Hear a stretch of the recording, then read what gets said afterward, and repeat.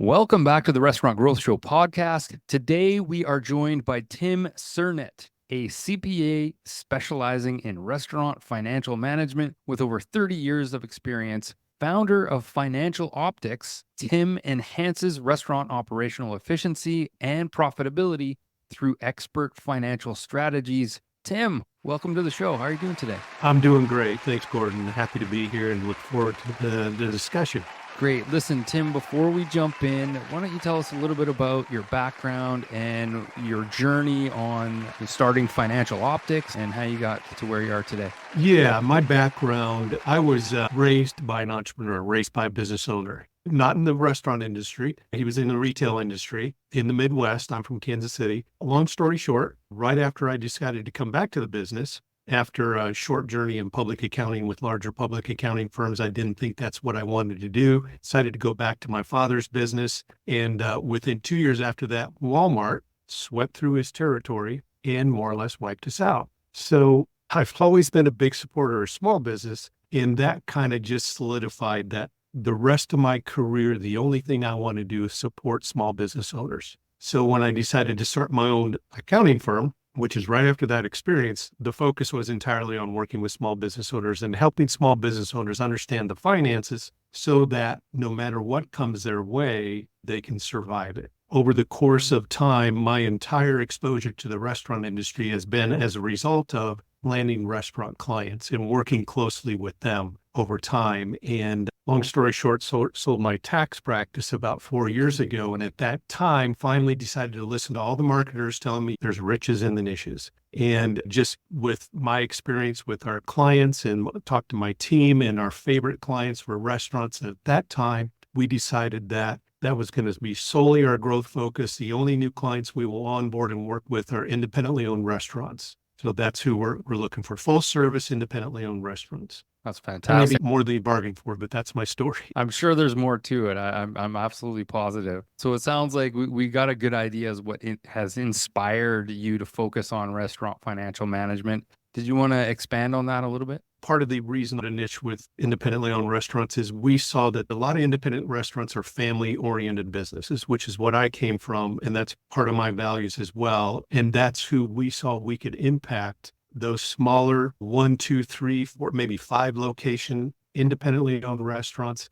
They do very well with the food, the quality and the food they bring out to their customers and the customer experience, but that financial core side of the business they sometimes struggle with. And that's where we can really have an impact. So that's what we look to do when we bring them on, is educate them on how do you understand the finances of your business? How do you become a professional business owner on the financial side of your business? What are the key metrics you need to track? And what systems or processes can you implement to improve those metrics? It's its own language, that's for sure. Lately been meeting with a financial advisor, and, not just with restaurants, but with my own finances. And it's like, oh my goodness, there's just so much to learn. It's its own language. But thus far, Tim, what's been the most rewarding part of this journey for you? Seeing our clients improve the financial strength of their balance sheet. The balance sheet is where you really see the financial health of the business, and seeing them understand what that means, what profitability means to improving the health of your balance sheet, and seeing them actually doing that over time. Most independent restaurant owners experience a bottom line net profit in the 3 to 5% range. That is very thin and very tough to build a sustainable business on that low net profit percentage. The big boys, the big guys, are shooting for minimum 15%, and they look for 20% bottom line net income. When you hit that level, then you have a sustainable business. Then you can look at opening up a second, third, fourth location. Let's get the first location set up correctly and understand how that business builds a successful, sustainable financial system. Absolutely. So 2 things. Number 1, please do get nerdy. We welcome nerdy, nerd out. We dive into data. We do all of this technology stuff. We love being nerdy. So please don't shy away from being nerdy. Number 2, I want to send a special shout out to Vinny, who we work with for a very long time now. Vinny didn't believe me that the average profit margins were between 3 and 5%. So Vinny, we have proof here. Tim has gone ahead and verified what we know to be true, that profit margins are very, very slim. So sorry, go ahead, Jose. Well, I think that there's two pieces here that I'm kind of moved by. One is the rewarding piece, which I can definitely relate to. I mean, passion that like went 10x after and throughout the pandemic, which I can only imagine your stories. And the other one is that I'm very curious how granular you get to this analysis and how you help them and how you consult on all of this. So I'm curious if you can walk us through how you conduct a profitability analysis for a menu and how this analysis can influence menu design or menu pricing strategies. Yeah, that's a great question, but that's usually about, depending on where they're at when they come on board, when we onboard them, that getting granular on the menu profitability is sometimes 3 to 4 months down the road. The first thing we got to lay is the groundwork. We got to make sure they've got their accounting system set up correctly so that they are tracking the right metrics and they are tracking prime costs correctly. And you would think that's a given. Trust me, it's not. A lot of times the financial statements they have are very vague and not granular at all. And then we work with them to understand, your food costs, your wine, beer, liquor, non-alcoholic beverage, all those costs need to be analyzed individually. One of the things I say is the two most important things every restaurant business needs is a budget and detailed recipe costing cards. What are the two things most of them have when they come on board with us? Most of them don't have are a budget and detailed recipe costing cards. So if we first start with getting the system set up correctly, working with them to build a budget, to have a vision on where they are today, and if they make incremental improvements, what that means to the bottom line, and start working with them on low-hanging fruit to control food costs, control liquor costs, and then we get more granular in, and it's legwork on their part, and it's some heavy lifting in what used to be called detailed recipe costing cards. You see the actual paper cards where they used to detail out. We get them to that data, and they have to use, in today's world, software to track those detailed recipe costs. Once they have that, then we can start to analyze on the menu what each menu item over a period, a week or a month, based on the quantity that they sell of that item, what's the contribution margin for that individual item on the menu? How many dollars does that contribute to the bottom line every week or month? Then they can get into understanding if they change prices, what impact does that have automatically over the next month? Right. And that's how granular we can get. But there's got to be some legwork and some groundwork before we even get to that level. Right. Makes sense. Speaking to restaurateurs, I find that some really know their menu, like to the point that they can tell you right away, I make 7 on this one, I make 3.5. I find it fascinating because we have a passion for prices on menus. It's extremely powerful to work with someone like that because it just saves, and it's such more a powerful conversation. And then from there, you can actually do pricing strategies or think even in terms of that, or moving the most popular. I always try to think about it like, correct me if I'm wrong, but this is what I've seen, is that usually it's like a Pareto logic where the top 20% of the top items may contribute like 80% of the bottom line. Right. And that's where we want them to focus first on, if you're going to do any price changes, let's focus on those top contribution margin, dollar-wise and percentage-wise, your top sellers, and make sure you're getting the margins you need to have on that. And the concept of what you guys do with the dynamic pricing, I find that fascinating. It's part of the technology that's out there today that even small restaurant owners need to start to embrace. Costs are changing so quickly these days. They need to be looking at that pricing weekly, if not daily. Right. I'll share a quick story. So through an experiment, we found or identified some of the top items that should be managed in a particular way because of the level of elasticity. And by the time I followed up with this restaurateur, she had chosen to do, finally, because it's a new quarter now, to do a price update. And I was fascinated to see how instinctively she was able to choose the proper ones that most of them we were going to recommend anyway. Now, what the price change was and all of that, we didn't get into details yet, but it was fascinating. Yeah, they know their business, but it's good to have the proof in the numbers as well. The devil is in the details, as they say. That's right. Tim, could you explain how to master prime costs? We're doing a lot of costing here, right? So could you talk about how to master prime costs to optimize profit margin in the context of a restaurant and give some tips on how they can be managed more effectively? Yeah, a lot of what we were just talking about in having that detailed menu costing understanding and understanding that, as prices increase, as their costs increase, their product costs increase, what does that do to the profitability and making sure they're keeping up with those changes? And that's on the product cost side. On the labor side, I don't know if anybody can master that. It's not an exact science. It's a hard thing to manage. But there again, they have to be using software. They need to be using software to understand and have pro formas on templates on every type of schedule needed, from a bare bones schedule on the slowest week of the year to the most busiest week of the year. What does that schedule look like? And in the software out there today, they can build those templates. I think one of the things that Dine Pricing does is help them with predictive analytics and understanding what's coming in terms of sales. That's so valuable to understand and predict whether you've got a keen eye on the weather that's coming in the next week, or an event, a local event happening in your town, what the competition is doing. So you have a good forecasted sales number. You know where your labor schedule should be at to match that sales number. And then it's always about analysis after the fact, looking back at last week. This is what we scheduled for hours. How many hours actually were? This is what we thought sales were going to be. What were the sales actually? How did that fit together?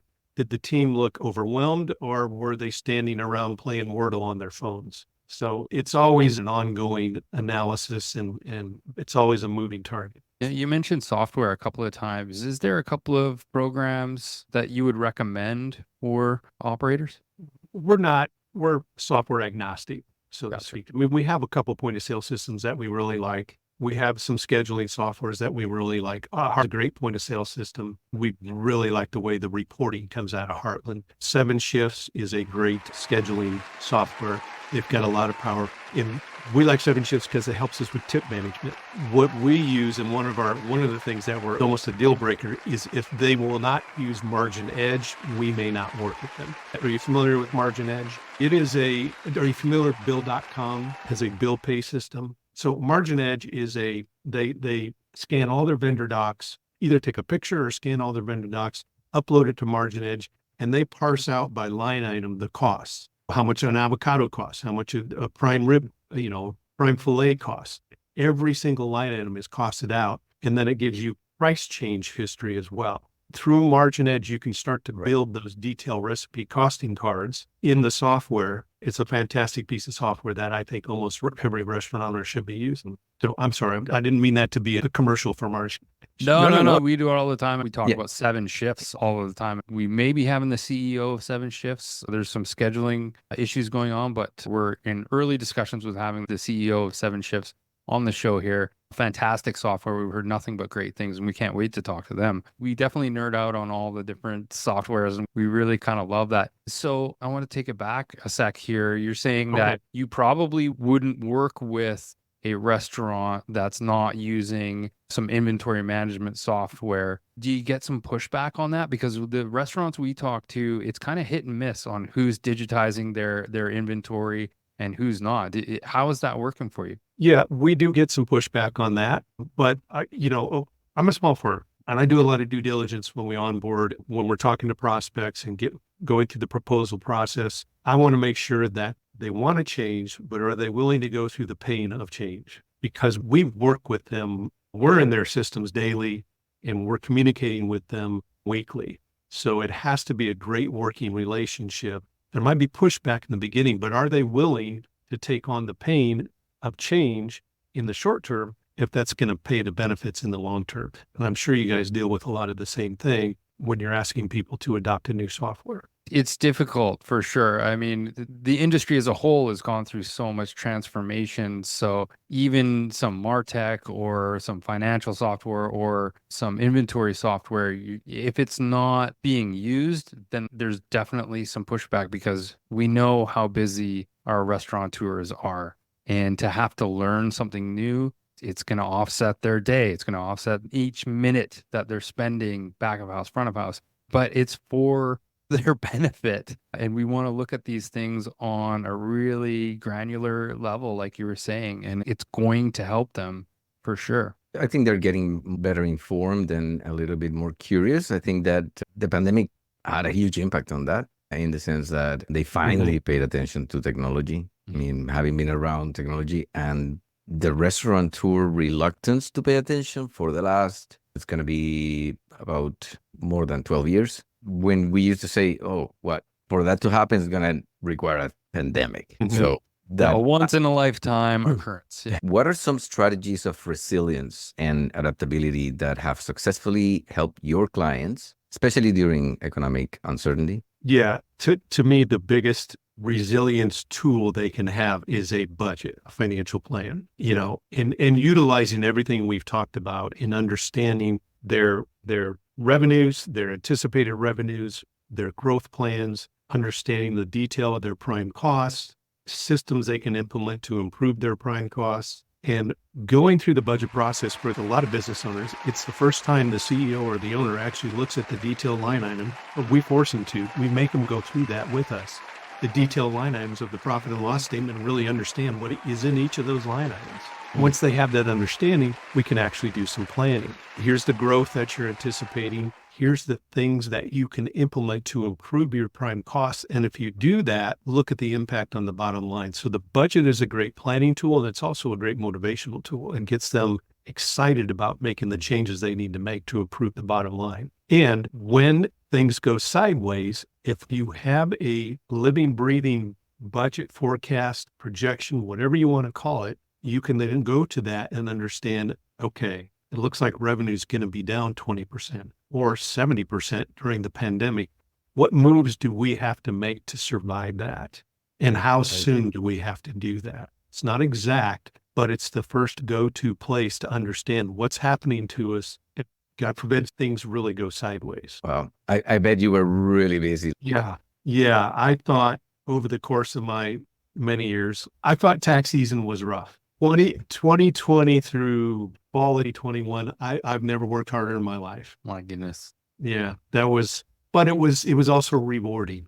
Yeah, you, Jose, were well. Same here. We have a first party online ordering, like a white label online ordering solution. And we ended up, it's called modern online ordering. And same, I mean, I worked every day of the week over 16 hours, especially the first 6 months, but we were getting calls from all over the world. And fortunately, Gordon was able to join me and help out. Great. I'm here to help, Jose. Yeah. So I sold my tax practice, and a year later, the pandemic hit. I thought I was going to have some downtime for a few years, but no, that didn't. But it was very rewarding too, because some of our clients, many of our clients, if they pulled the right levers, made the right moves during the pandemic, they ended up with actually more working capital at the end of the pandemic than they had at the beginning. So they had to make a lot of tough choices and a lot of tough decisions on staffing and team and even key people, but they got through it.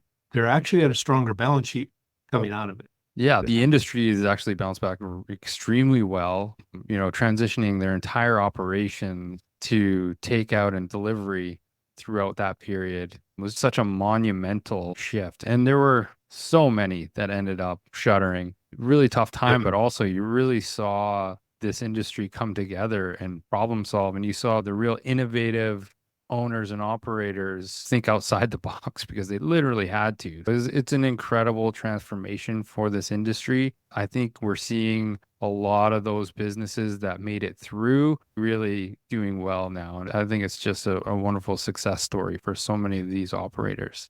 Yeah. And Jose, your online ordering software, I'm sure was a game changer for many of them.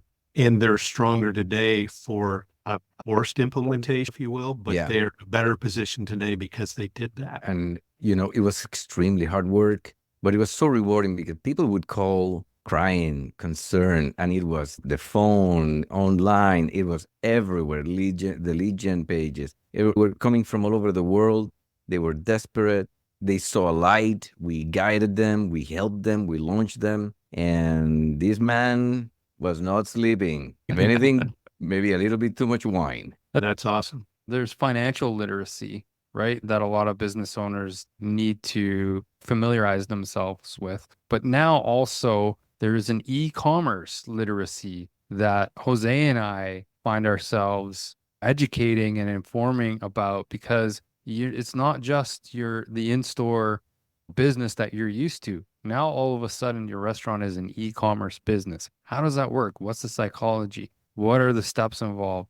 And so there's this education as well when it comes to selling online and all of the tools and solutions that are available. It's an ongoing lesson to be learned, and we're all learning together, which is really, really cool. Right. Right. And some of them are also trying to understand on that online ordering from a capacity standpoint, how do we handle it? And if it's Friday night from 5:30 until 8 o'clock, do we shut it down because we want to take care of our customers in the dining room? And it's different decisions for different restaurants, but I'm sure you've gone through a lot of that as well. And we talk about that all the time, and we talk to operators who get too busy and they turn off this revenue stream, and the solution that we've built enables them to never have to turn it off again. There's things you can do to enable to keep both channels open. So just shifting gears a little bit here, Tim, can you talk about some of the common elements that you believe every restaurant's financial plan should include when creating a strategy? That budget, that projection, forecast, whatever you want to call it, in understanding what's the vision for their restaurant. And does that vision include, we're going to open up a second location in a year or 3 locations in a year? How does that all fall into place from not just a profitability standpoint, from a staffing standpoint, and from really cash flow as well? Because opening up a restaurant is a cash flow side. There's no question about it. And I've seen too many restaurant owners get in trouble with siphoning from one restaurant to survive the second one to get it open and up and running. And that's not a healthy way to do that. So the key elements are everything we've been talking about: understanding where your prime costs are, having a vision and a plan to improve those to get them to the point where they should be for your restaurant, because you're never going to survive if your prime costs aren't under control, and just understanding cash flow as you grow. Absolutely. Jose? Well, on that note, what do you see as the biggest financial challenges and opportunities for restaurant owners in the next few years? Are there new trends or technologies that you think will significantly have an impact? Yeah, I love technology. I embrace technology, and I always have tried to be someone on the front end of that, even in the way that we conduct our accounting business. What I see the biggest challenge right now is the fast changing cost structure. Costs are changing so fast, and they have to keep up with those costs and keep up with their pricing so that they're continue to hit the food cost percentage points they need to hit, as well as the beer, wine, liquor, non-alcoholic beverage. So tools like what AI-enabled tools are the biggest thing that my target market, independently owned restaurant owners, are going to have to start to embrace. And they really need to embrace the technology and the AI tools that allows them to compete with the big boys in terms of analytics, understanding what's coming from projecting out sales next week, next month, and understanding through one of the tools I've already talked about, Margin Edge, where their costs are and how their costs are changing and what pricing changes they need to put into place. That's the biggest challenge that's going to start happening. What you guys emphasize is dynamic pricing. It can't be, okay, once a quarter or every 6 months, we'll look at our menu and see if we need to change prices. That's not going to work, especially in the short term. Agreed. I think that one of the main things that this show always reminds our listeners about is that watch the big boys. What are they doing? Because one day it's going to come to a restaurant near you, and it's going to be either you or your competitor across the street. Yeah, it's about taking a proactive approach instead of being reactive to these peaks and valleys. And that's what this type of software, whether it's dynamic pricing or scheduling software or costing software, it enables you to plan better and look into what could possibly be happening and help you prepare. So yeah, we're all about it, Tim, and really glad to hear that you're really up on your software, and these tools are really going to help operators. And just one other thought, it is that the independent operators are more nimble than the big boys. They can make decisions and move faster than the big boys. They're not adopting these tools any faster than the smaller guys. So I can do that. It gives them that competitive advantage. Absolutely. It gives them an opportunity to test quicker and eliminate solutions that aren't working for them and continue to iterate and move forward.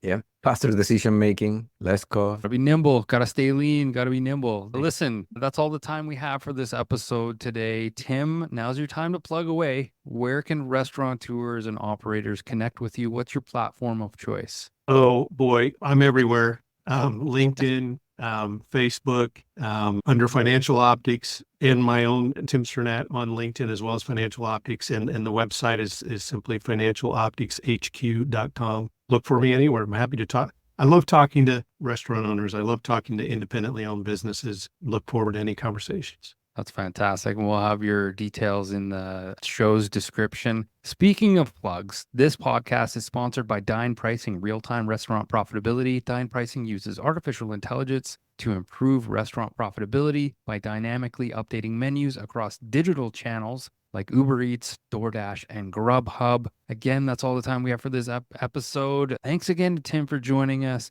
Until next week, say goodbye, Jose. Thank you, Tim. Goodbye, Jose. Tim, that was fantastic. Thank you so much. It was really helpful for not just our audience, but also for Jose and I. It sounds like we're really in line with the idea of leveraging software to help businesses prepare for the unknown. That was so great, and I can't wait to have you on the show again.